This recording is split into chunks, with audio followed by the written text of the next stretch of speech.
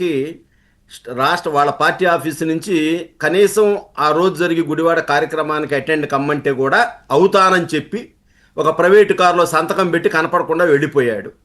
దాన్ని ఏదో ఈ పేరుని నాని కొద్దిగా బూస్టప్ చేసి ఇదిగో 2-3 నెలలు మా బాహుబలి వస్తున్నాడు, డ్రాయర్లు కడ్రాయర్లు బన్నీలు మొత్తం గుట్టిస్తున్నాం, అతను వదులుతాం, అతనేమో ప్యాడ్లు వేసుకొని తిరుగుతూ ఉంటే ఇతనేమో నేను వదులుతాను అంటాడు.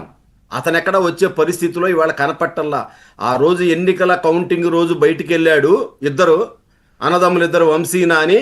మళ్ళా కోర్టులో బెయిల్ వచ్చిన తర్వాత సంతకాలకు వస్తున్నాడు మించి ఇంకా అతను వచ్చే పరిస్థితి కనపట్టాలి. అతను ఆరోగ్యపరంగా కానివ్వండి, రాజకీయ పరంగా కూడా ఎటు చూసినా కూడా అతను గుడి వాళ్ళు అడుగుపెట్టే పరిస్థితి వాళ్ళ లేదు.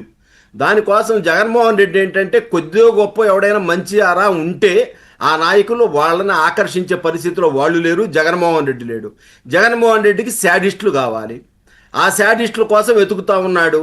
ఇవాళ సైకో అంటాడు, ఒక డీజీపీని పట్టుకొని ఎంత దుర్మార్గంగా మాట్లాడాడు సార్. డీజీపీని ఆ విధంగా మాఫియా డాన్ తర్వాత మాట్లాడదాంలే, అది పోలీసు.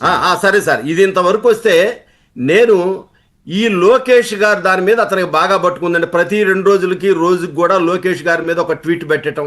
లోకేష్ గారు ప్రధానమంత్రికి ఈ మధ్యకాలంలో ఈ దేశంలో ఏ రాష్ట్ర ముఖ్యమంత్రులు కూడా ఇవ్వని అపాయింట్మెంట్ ఇచ్చి 1.5 పాటు ఆయనతో రాష్ట్ర సమస్యలు చర్చించడం అతను పుండి మీద కారం జల్లినట్టుంది. అతని రాజకీయ భవిష్యత్తు మీద పూర్తిగా నీలి నీడలు గమ్ముకున్నాయి. ఒక్కటే అడుగుతా ఉన్నాను సార్, అతను అధికారుల్ని మేము వేధిస్తా ఉన్నానంటాడు. ఏబి వెంకటేశ్వరరావుని ఎవరు వేధించారు సార్?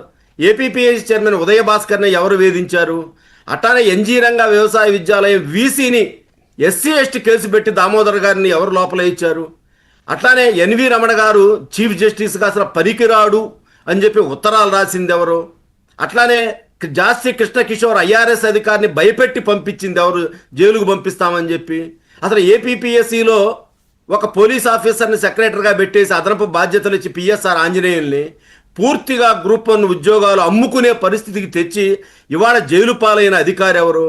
ఇవాళ ఒక మహిళని డాక్టర్ జత్వానీ అని చెప్పేసి బాంబే నుంచి అక్రమంగా ఆమెను కేసులో ఒక రకంగా చెప్పాలంటే కిడ్నాప్ చేసి మీరు తీసుకొచ్చి ఒక ప్రైవేటు అతిథి గృహంలో వాళ్ళ కుటుంబాన్ని నిర్బంధించి కుట్ర ఎక్కడ జరిగిందండి? సీఎంఓలో జరిగింది. సీఎంఓలో ఎవరి సమక్షంలో జరిగింది?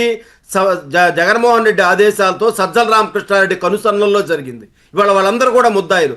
ఇవాళ క్రాంతి రాణా, టాటా కానివ్వండి, విశాల్ గున్ని కానివ్వండి, వీళ్ళందరూ అత్యంత అవినీతి పరులు దొరికారు. ఇవాళ ఆ కేసులో అరాచకంలో వీళ్ళ పాత్ర ఉందని స్పష్టంగా మీరు ఎలక్షన్ కమిషనర్ గా పనిచేసిన నిమ్మగడ్డ రమేష్ కుమార్ గారిని చెప్పాను సార్, మర్చిపోయారు. చెప్పాను. నిమ్మగడ్డ రమేష్ గారు ఒక ఆర్డర్ ఇస్తే వీళ్ళని తీసేయమంటే నాకు తెలిసి భారతదేశ రాజకీయ చరిత్రలో ఒక ఎలక్షన్ కమిషన్ ఇచ్చిన ఆర్డర్ని ఒబే చేయకుండా అతన్ని గురించి కులం పేరు పెట్టి తిట్టిన ఏకైక ముఖ్యమంత్రి ఎవడన్నా ఉన్నాంటివిడే. ఇతనే ఎందుకు సార్? ఇవాళ భారత్ బయోటెక్ వాళ్ళు ఈ దేశంలో వణికించిన కరోనాకి వ్యాక్సిన్ కనిపెడితే వాళ్ళు రామోజీరావు బంధువులు, చంద్రబాబు నాయుడు గారు బంధువులని కులముద్ర వేసినటువంటి సైకో ఎవరన్నా ఉన్నాడు అంటే ఈ దేశంలో జగన్మోహన్ రెడ్డి.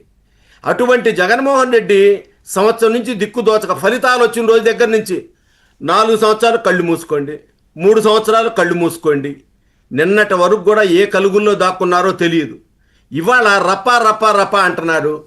అదొక ట్యాగ్ లైన్ అయిపోయింది. ఇవాళ మనం ఎక్కడున్నాం సార్? ఇవాళ ప్రజాస్వామ్యంలో ఉన్నాం.